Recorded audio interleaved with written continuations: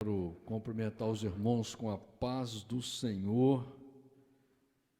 Quero louvar e agradecer a Deus por esse dia de vida, por mais essa oportunidade que o Senhor está nos dando, né? E graças a Deus, o Senhor tem cuidado de nós. Muitas vezes, nós não vemos a ação de Deus, mas para quem tem fé, ela é permanente e eterna. Por isso eu agradeço muito a Deus, porque eu reconheço a minha falta de merecimento.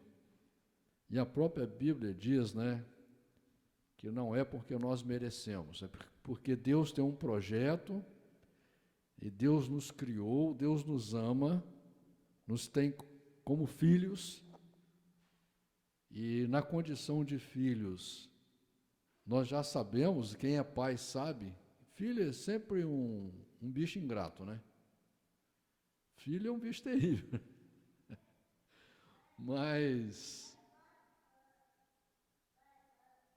Deus nos ama como pai, como mãe. O amor de Deus é sublime, é superior ao que um pai ou uma mãe tem. É muito maior, é muito mais perfeito, é com muito mais misericórdia, com muito mais poder, com muito mais sabedoria. É um amor perfeito. E nós temos que nos gloriar nisso. Nós temos que aprender a nos alegrar, nos contentar, nos satisfazer com o amor de Deus. Nós temos que aprender a dar valor a esse amor que Deus tem pela nossa vida. Porque as pessoas que não creem nisso vivem uma vida de ilusão e o futuro deles não dá em nada. Em nada. E é muito triste você passar uma vida inteira lutando, fugindo da morte. Você vê como que as pessoas fogem da morte? Tem medo da morte? Você fala, vamos andar de bicicleta, estou com medo, vamos voar de avião, estou com medo. É o dia inteiro você tem medo da morte. Tem medo do problema, né? As pessoas, eu não vou comer isso porque eu posso morrer, e vai por aí fora. Por quê? Porque nós temos o desejo de vida eterna, todos nós. E esse desejo é individual, porque você quer a vida eterna para você. E é claro que quem ama também quer a vida eterna para quem ele ama. Tanto é que nós não aceitamos a morte das pessoas que nós amamos e nós não queremos morrer. Mas e aí, o que a gente vai fazer? Não vai fazer nada? Vai deixar a vida passar? Vai apenas viver como animal? Vai apenas satisfazer os desejos do corpo? Não. Existe um projeto. Nós estamos em uma luta espiritual, uma luta real. Ela é espiritual, mas ela é real. As pessoas acreditam em Deus, mas não acreditam no Deus vivo, no Deus da Bíblia. As pessoas acreditam em Deus, mas não acreditam no que está escrito na Bíblia. E é todos nós, irmãos, todos nós, sem exceção. Quando você vê um crente ainda, daquele crente dedicado mesmo, aquele que vive, que você fala, não, queria ser esse crente aí, você vai ver que ele está mais pregando o reino da terra do que o reino do céu. A gente vê aqui pregando o reino do céu o apóstolo Paulo, principalmente o apóstolo Paulo, João, mas a maioria está só pregando o reino da terra e não crê de verdade nessa promessa.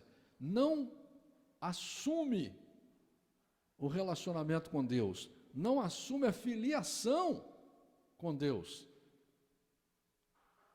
Agora tem igreja aí receitando para crente psicólogo, né? Teólogos famosos, pastores famosos aí, receitando psicólogo para crente. Entendeu? Não tenho nada contra psicólogo, viu? Não é isso. Mas o nosso médico é Deus, nosso psicólogo é Deus. A nossa alegria tem que vir do Senhor. Mas quando a gente fala assim, a Bíblia fala, né? Nossa alegria tem que vir do Senhor. As pessoas ficam achando que Deus é que vai ter que vir e contar piada para você rir, para você ficar alegre, ou te dar alguma coisa para você ficar alegre. Não é isso, irmãos. Nós temos que nos alegrar só pelo fato de Deus nos amar, só pelo fato de Deus nos ter como filhos, só pelo fato de Deus querer fazer uma aliança conosco. Mas parece que isso não aconteceu na sua vida. Será que você já parou para pensar nisso? Parece que isso aconteceu na vida de um monte de gente, no mundo inteiro. Mas parece que não aconteceu na sua vida. Por quê? Porque você está esperando uma visão carnal. Entendeu? Você está esperando um grande milagre na sua vida. Porque você vive caminhando como mendigo, como miserável, esquecendo o tanto que você é importante para Deus. E quem te chamou, quem te deu uma Bíblia, é Deus.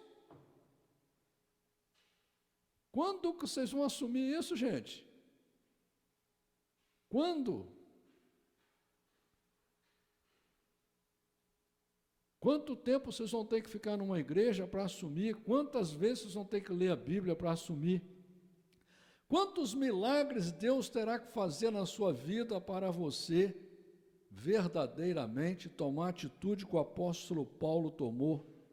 Nós vamos ler aqui no capítulo 3 de Filipenses, você vai ver o que o apóstolo Paulo fala dele mesmo, que é o mais importante. Deus te deu uma Bíblia, Deus te leva na igreja, porque Deus quer que você olhe para você. É para você que você tem que olhar. Quem tem que mudar é você. Não adianta você, não, mas eu vou na igreja, mas o meu pastor não gosto muito, porque eu não sei o que ele faz da vida dele, parece que ele é isso, parece que ele é aquilo. O que importa, pastor, o que importa é você, meu irmão. A salvação é individual. Na hora de morrer é você que morre. E a sua vida não pode ser uma vida miserável. Por quê? Porque no meio de bilhões de pessoas, Deus te escolheu. Precisa de, como diz hoje, todo mundo fala, precisa desenhar para você? Por que Deus te escolheu? Se você ler a Bíblia, você vai ver que Deus te escolheu. Por quê? Porque se você olhar para o mundo inteiro aí, você vai ver o quê? Milhões e milhões de pessoas que nem usam a Bíblia, nem acreditam na Bíblia. Milhões e milhões de pessoas que nem acreditam que Jesus veio. Inclusive judeus. Inclusive a Síria lá, Damasco, que o apóstolo Paulo pregou lá. Está toda destruída lá, estão fazendo guerra até hoje. Não acreditam que Jesus veio, não acreditam no Evangelho, não acreditam na Bíblia. E fora que tem milhões e milhões de pessoas que não acreditam em Deus. Acreditam em tudo quanto é tipo de demônio, de mentira, mas não acreditam em Deus. E aí você vem reduzindo a população, aí vem o religioso, que diz que a Bíblia, a religião dele, a fé dele é fundamentada na Bíblia. Seria a mesma coisa que um juiz de direito falasse isso, não. A minha carreira de juiz é porque eu defendo o que está escrito na Constituição brasileira. E aí, toda vez que fosse uma pessoa lá para ele julgar, ele julgava de acordo com o que ele pensa. ou com aquilo que ele criou, ele acrescentasse na Constituição, ou no Código Civil, estaria certo? Não. Mas o que é que esses religiosos fazem? Eles acrescentam na Bíblia, eles tiram da Bíblia, e o que importa é o que eles acrescentam. Então você vem reduzindo aí, vai analisando para você ver a quantidade de religião mentirosa que tem aí, com uma Bíblia na mão, conseguem ser mentirosos, que é o pior do mentiroso. E aí o que acontece? Deus pega e te dá uma Bíblia. Por que Deus te deu uma Bíblia? Porque Deus faz acepção de pessoas? Não. Porque, infelizmente, a maioria das pessoas não querem nenhum compromisso com Deus. A Bíblia diz que Deus quer salvar a todos, mas as pessoas não querem saber de Deus. Aí você que é melhorzinho um pouquinho, como a própria Bíblia questiona, né? O que Deus viu em mim? O que Deus viu em você? O que Deus viu quando nasce Jacó e Esaú, dois irmãos gêmeos? Por que Deus escolheu Jacó? Jacó era perfeito? Não. Jacó era uma pessoa como você, normal, mas ele era melhor do que Esaú. E é por isso que você foi escolhido. Eu não sei o que você tem de melhor, eu não sei. Eu, para te falar, eu mesmo, quando olho para mim, eu não vejo o que eu tenho para dar para Deus, a não ser o meu desejo de amar, de ser obediente e de viver com Deus. É só isso, porque eu não tenho nada mais do que isso para dar para Deus. Mas eu tenho certeza que Deus me escolheu. Como eu tenho certeza que Deus te escolheu. Você que está ouvindo essa palavra, você que vem na igreja, você que Deus te deu uma Bíblia. Agora, o que você tem que fazer? Será que você precisa de milagre maior do que esse? Até quando você vai andar com um chapeuzinho na mão pedindo migalha para Deus? Até quando você vai ficar impressionado com os milagres de Deus? Você vai na igreja aí, a pessoa conta o testemunho, todo mundo, como se Deus, meu irmão, lá no Egito, Deus já abriu o mar. Lá no Egito, Deus já mostrou o poder dele. Deus já ressuscitou. Jesus ressuscitou o filho da viúva de Naim. Jesus ressuscitou Lázaro ao quarto dia. Jesus ressuscitou ele mesmo ao terceiro dia. E você ainda está preocupado para saber se Deus tem poder mesmo, achando que o que você tem que exaltar são os milagres. O milagre é só para quebrantar o coração de quem tem o coração duro, é só isso. Será que o seu coração também é duro? Você precisa de milagre? Você precisa de ver milagre? Não basta o Deus Todo-Poderoso, Criador dos céus e da terra, olhar do céu e agradar de você e te escolher, não basta isso. Deus precisa de vir aqui na terra e Ele falar com você. Mas o que vai adiantar? Você acha que vai mudar alguma coisa? Jesus falou com um monte de pessoas, inclusive curou 10 leprosos, 9. Não valeu nada. Talvez você esteja na mesma situação desses 9 leprosos aí. Não importa o que Deus faça na sua vida, você não quer mudar. E não é por aí. Porque pela fé, meu irmão. O que é a fé? É você acreditar na Bíblia, você acreditar em Deus. Isso é fé. Fé não é pensamento positivo, não.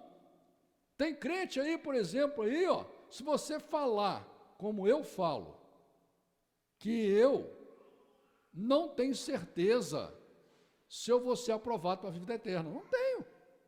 Eu tenho fé.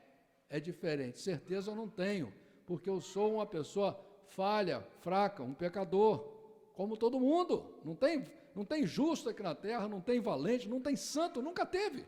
O único perfeito que teve aqui foi Jesus. O resto nós somos tudo miserávelzinho. Ninguém é melhor do que ninguém aqui na terra.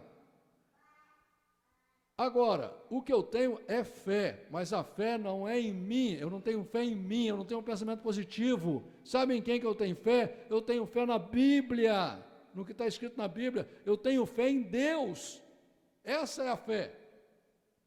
Enquanto você não entender o que é a fé, você, mas a minha fé é pequenininha, eu fico olhando, pastor, olha o tamanho da sua fé, aquele lá, olha a fé daquele lá. E os discípulos não tinham fé. A fé não é um sentimento que você tem dentro de você, a fé é a certeza que Deus existe, que é o que diz lá em Romanos, é necessário que aquele que crê, creia que Deus existe e que Ele que é o galardoador daqueles que o amam. E isso que é fé, isso é fé. É você assumir que Deus existe, que a Bíblia foi escrita por Deus, e o que está escrito na Bíblia é real, é verdadeiro, é matematicamente real e perfeito, é aquilo que você precisa, e a partir daí, todos os dias, você tomar atitude, caminhar de peito erguido, caminhar em direção a Deus, com fé. Não, qualquer coisinha, um pernilongo mordeu, Deus não gosta de mim mais, minha mãe não gosta de mim, meu pai não gosta de mim, meu marido não gosta de mim, meu filho não gosta de mim, Deus nem está me olhando, entendeu? Não pode acontecer nada com o crente, nada. Se choveu é porque está chovendo, se está calor é porque está calor, e vai por aí afora. É brincadeira um negócio desse. Daí você aperta ele um pouquinho, ele começa a desviar, ele começa a sair do caminho, você vai chamar a atenção, não, pastor, que eu não tenho a minha fé, sabe? Eu não tenho aquela fé. Por quê? Ele está procurando um sentimento carnal, ele quer sentir, ele quer ver milagre. Jesus falou, geração incrédula, vocês não vão ver milagre nenhum.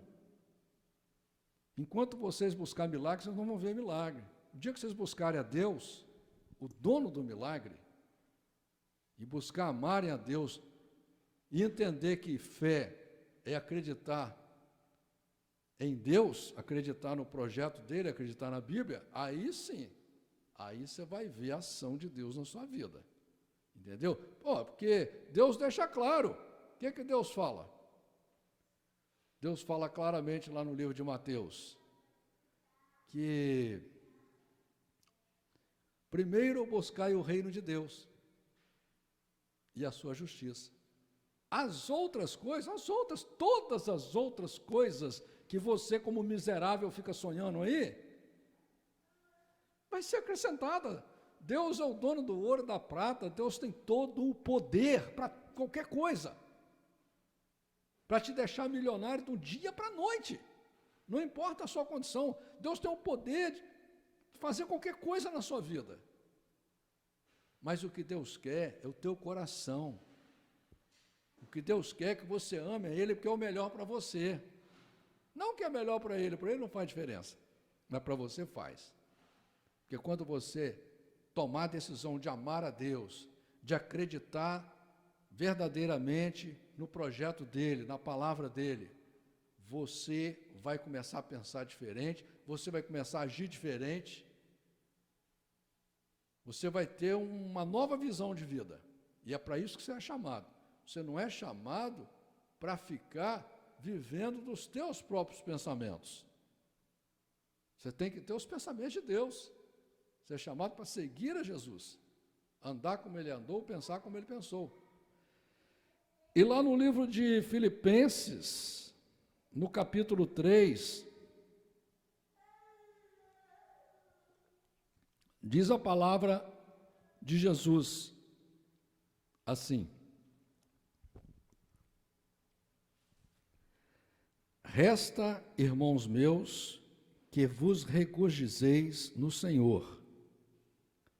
Não me aborreço de escrever-vos as mesmas coisas, e é segurança para vós. Guardai-vos dos cães, guardai-vos dos maus obreiros, guardai-vos da circuncisão, porque a circuncisão somos nós, que servimos a Deus no Espírito, e nos gloriamos em Jesus Cristo e não confiamos na carne.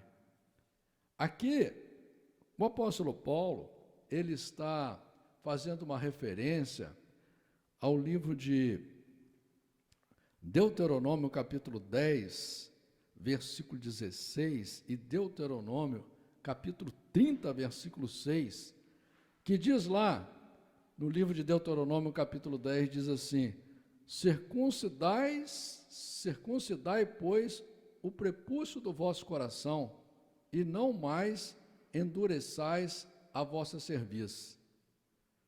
E lá em Deuteronômio 36, vai dizer assim: e o Senhor teu Deus circundará o teu coração, e o coração de tua descendência, para amares ao Senhor teu Deus, com todo o teu coração e com toda a tua alma, para que vivas.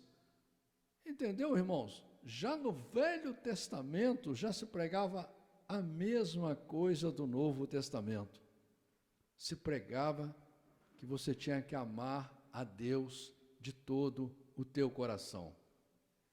As pessoas queriam viver na lei, como querem até hoje. A igreja está pregando a terra.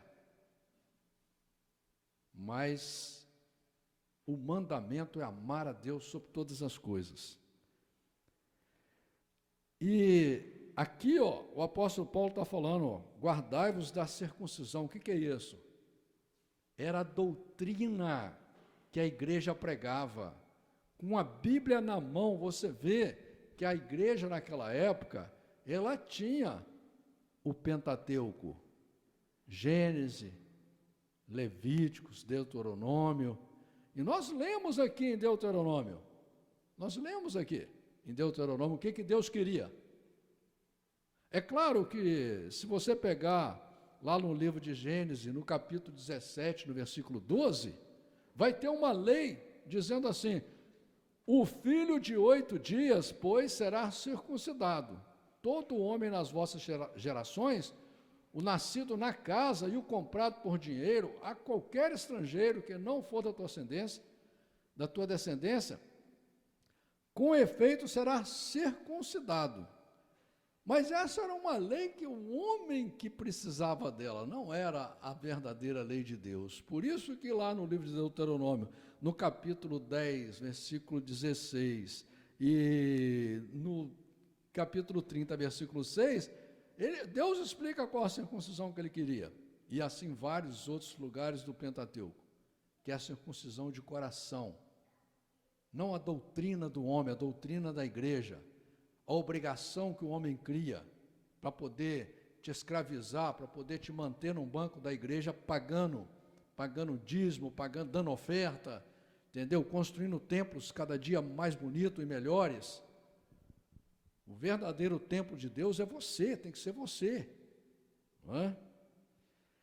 Ainda que eu também podia confiar na carne, se algum outro cuida que pode confiar na carne, ainda mais eu, circuncidado ao 8º dia, da linhagem de Israel, da tribo de Benjamim, hebreu de hebreus, segundo a lei, fui fariseu.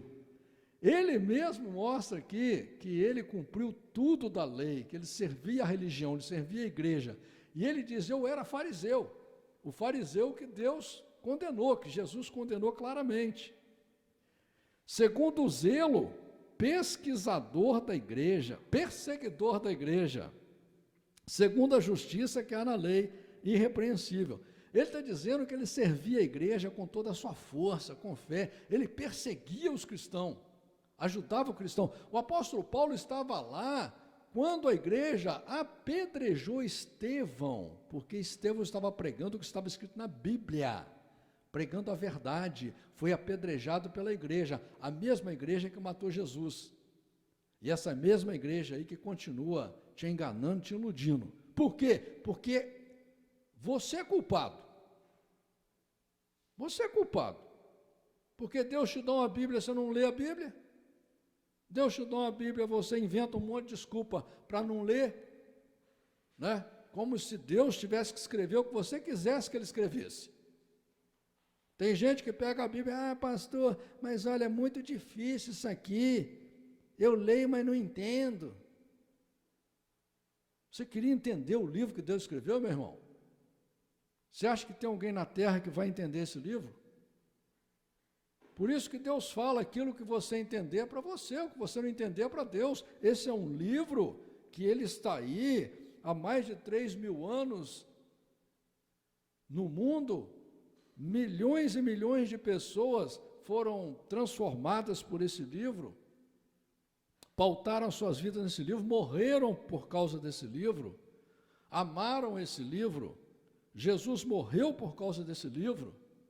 É o livro mais importante na terra, é o livro mais traduzido na terra, o livro mais vendido na terra, é o único livro que foi escrito por Deus, é o único livro que conta um projeto para o ser humano, que é o projeto real, que é tudo aquilo que você precisa.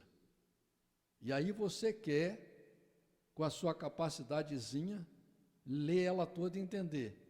É um livro de profecias, profecias que se cumpriram, profecias que não se cumpriram, que vão se cumprir, entendeu? É um projeto sofisticado de Deus. A sua obrigação qual que é? É ler. Né? Como Deus fala para Josué, esforça-te e tenha bom ânimo, medita, Deus fala claro, medita no livro dessa lei de dia e de noite, entendeu? Essa palavra tem que estar escrita no seu coração. Mas o que para mim era ganho, reputei-o perda por Cristo, e na verdade tenho também por perda todas as coisas, pela excelência do conhecimento de Cristo Jesus, meu Senhor, pelo qual sofri a perda de todas essas coisas, e as considero como esterco, para que possa ganhar a Cristo. Aqui o apóstolo Paulo fala que ele renega tudo aquilo que ele aprendeu com a igreja, tudo aquilo que ele aprendeu com a tradição, tudo aquilo que ele aprendeu com a família, essa tradição mentirosa da igreja, porque a igreja vem aí usando o poder do nome de Deus para escravizar as pessoas, para afastar as pessoas de Deus, como Jesus falou, para fazer proselitismo. E aí o que acontece? O apóstolo Paulo fala que ele largou tudo isso, e tem gente que não quer largar. Tem gente que fica com um pé na religião e um pé na outra. Fica com um pé na religião, um pé na Bíblia, sabe que a Bíblia está certa, mas insiste em manter a tradição dos seus pais, tradição totalmente errada, né? Como se fosse uma pessoa sem vergonha, uma pessoa sem caráter. É a mesma coisa que você falasse que era a pessoa mais honesta do Brasil e descumprisse as leis que estão escritas no Código Civil Brasileiro e na Constituição. Não é? Entrar no supermercado e roubar um carro. Não, mas roubar um carro é errado pela Constituição, pelo Código Civil, mas para mim não. É a mesma coisa. E lá no livro de Jeremias, capítulo 9, no versículo 23 e 24, a Bíblia diz assim: assim diz o Senhor, não se glorie o sábio na sua sabedoria, nem se glorie o forte na sua força. Isso é para você que é jovem, porque o jovem, ele acha que não precisa de Deus porque ele sabe tudo, porque ele é forte. Nada vai acontecer com ele, só com os velhinhos que vai acontecer alguma coisa. E com os outros, com ele não acontece nada. Então Deus já está mandando um recado aqui: nem se glorie o forte na sua força, não se glorie o rico nas suas riquezas, mas o que se gloriar, ou seja, o que confiar, glorie-se nisto. Em quê? Em me entender e me conhecer, que eu sou o Senhor que faço beneficência, juízo e justiça na terra, porque destas coisas me agrado, diz o Senhor. Então, irmãos, somos chamados para isso, como o apóstolo Paulo está falando aqui, ele desprezou tudo para conhecer a Jesus. Como você vai conhecer a Jesus? Rezando 24 horas? Andando atrás de conversa dos outros, atrás do seu pensamento, acreditando em você, ou acreditando no que está escrito na Bíblia? você só tem um jeito de conhecer a Jesus, de conhecer os mandamentos, os estatutos, os juízos de Jesus e fazer a vontade de Jesus. Porque Jesus falou, se você diz que me ama e não faz a minha vontade, você é mentiroso. Para você fazer a vontade de Jesus, você tem que se basear na Bíblia. O único Jesus que existe de verdade é o que está descrito aqui na Bíblia. E aqui na Bíblia estão todos os mandamentos, os estatutos, os juízos dele, o projeto dele. Então, você tem que buscar esse conhecimento. E tem gente que quer crescer na graça e no conhecimento de Deus, mas não consegue vencer a barreira de ler a Bíblia. Não tem tempo. Nunca tem tempo. Nunca consegue, nunca dá, entendeu? E quer avançar em direção a Deus. Por isso que o apóstolo Paulo está falando aqui, cuidado, cuidado, cuidado, guardai-vos dos maus obreiros, guardai-vos dos cães, né? E seja achado nele, não tendo minha justiça que vem da lei, mas a que vem pela fé em Cristo. Viu, irmãos, que a fé é em Cristo, a fé na palavra, Cristo é a palavra, Cristo é o verbo, entendeu? A fé em Deus, a saber, a justiça que vem de Deus pela fé, para conhecê-lo e a virtude da sua ressurreição e a comunicação de suas aflições, sendo feito conforme a sua morte, para ver se, de alguma maneira, eu possa chegar à ressurreição dos mortos. Aqui o apóstolo Paulo, ele falando da luta dele, e qual o caminho que ele tem que seguir, para ver se ele consegue alcançar a ressurreição dos mortos.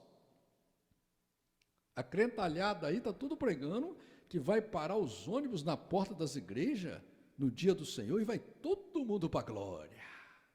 Todo mundo para o céu. Todo mundo que já morreu vai estar indo para a glória. Entendeu? Vai acreditando nessa conversa. O apóstolo Paulo aqui está deixando claro, e nós vamos ler mais na frente, que você tem que lutar. Não que já a tenha alcançado, ou que seja perfeito, mas prossigo para alcançar aquilo para o que fui também preso por Cristo Jesus. Irmãos, quanto a mim, não julgo que eu haja alcançado. Meu Deus, o apóstolo Paulo falando isso, irmãos. Talvez vocês não tenham tanta experiência em igreja, eu que já fui nessas igrejas, tudo aí, de vez em quando vou nessas igrejas aí. Olha, os crentes têm certeza, imagina você falar num altar, você é um pastor, dizer que você não tem certeza da sua salvação. Eles são capazes até de te prender, te bater. Agora, quem está dizendo aqui é o apóstolo Paulo, não é? Um homem que vivia para o Evangelho. Não julgo que eu haja alcançado, mas uma coisa faço, e é que, esquecendo-me das coisas que atrás ficam e avançando para as que estão diante de mim, prossigo para o alvo, pelo prêmio da soberana vocação de Deus em Cristo Jesus, pelo que todos quantos já somos perfeitos, sintamos isto mesmo, e se sentis alguma coisa de outra maneira, também Deus vô-lo revelará. Mas naquilo a que já chegamos, andemos segundo a mesma regra, e sintamos o mesmo. Sede também meus imitadores, irmãos, e tende cuidado, segundo o exemplo que tendes em nós, pelos que assim andam. Porque muitos há, dos quais muitas vezes vos disse, e agora também digo, chorando, que são inimigos da cruz de Cristo. O fim deles é a perdição, o Deus deles é o ventre, e a glória deles é para a confusão deles mesmos, que só pensam nas coisas terrenas. Mas a nossa cidade está nos céus, donde também esperamos o Salvador, o Senhor Jesus Cristo, que transformará o nosso corpo abatido para ser conforme o seu corpo glorioso, segundo o seu eficaz poder de sujeitar também assim todas as coisas. Deu para compreender, irmãos, isso aqui? O apóstolo Paulo está falando claramente que a maioria das pessoas na igreja são inimigos da cruz, ou seja, não pregam, não reconhecem o sofrimento de Jesus na cruz do Calvário. Por que Jesus sofreu tanto na cruz do Calvário? Por que se prega a mensagem da cruz? Porque Jesus fez isso, aceitou isso, para se cumprir o que estava escrito. Jesus deu tanta importância à Bíblia, tanta importância, que ele morreu, sofreu, viu a sua mãe sofrendo, seus amigos sofrendo, para mostrar o quanto era importante o que estava escrito na Bíblia, que você tem na sua casa não dá a mínima importância. É o maior tesouro que existe na terra. Não tem nada na terra mais importante do que a Bíblia. Não tem. Por isso que o apóstolo Paulo fala aqui, são inimigos da cruz. O fim deles é a perdição. O Deus deles é o ventre deles. Só pregam prosperidade, só pregam bênção financeira, só pregam milagre de corpo. O milagre verdadeiro é da alma, é do espírito. O grande milagre é você se salvar. O grande milagre é você amar a Deus de verdade. Esse é o milagre. E é isso que o apóstolo Paulo está deixando claro aqui, que você vai ter que lutar até o fim. E acreditando nessa promessa que Jesus vai te dar o corpo que ele mostrou que está preparado para nós, que é o corpo glorificado, o corpo incorruptível, o corpo que vence a morte. Não é? Se você ler o livro de Mateus, você vai ver descrito claramente como é esse corpo. Mateus, Marcos, Lucas, João, vai estar descrito claramente como é esse corpo. Não é? E é isso que nós temos que buscar, é isso que nós temos que desejar para os nossos familiares. É nisso que nós temos que crer individualmente, porque a primeira pessoa que você tem que salvar aqui na terra é você. Essa conversa fiada de ficar fazendo obra aí, que eu sou missionário, não porque eu sou ancião, porque eu fiz tanto de campo, isso é conversa fiada, meu irmão. A primeira pessoa que você é chamado para salvar aqui na terra é você que tem que se converter. Como o apóstolo Paulo está falando aqui, ele mesmo olhava para ele e falava assim, olha, eu sou fariseu, apesar de eu ter abandonado tudo, eu não sei se eu já tenho alcançado, se eu já alcancei, mas eu vou lutar até o fim, é isso que eu quero, eu tenho um objetivo, eu persigo um alvo, como ele está dizendo aqui.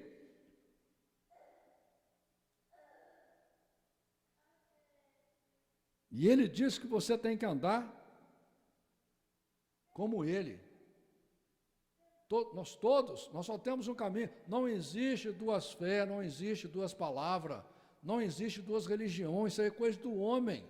Religião inventada pelo homem. A Bíblia diz que há uma só fé, há um só livro que é a Bíblia. Está escrito, não adianta inventar para lá ou para cá, está escrito, é isso aqui, acabou. Quer você queira, quer você não queira.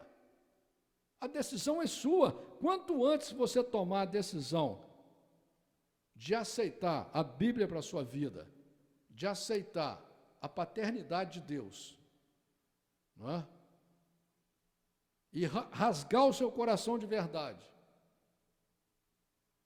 e falar a partir de hoje, como Isaías falou, Deus fala a quem eu vou enviar. Tinha um monte de gente. O que Isaías falou? Senhor, envia-me a mim. É só isso. Aceita Deus na sua vida. Amém?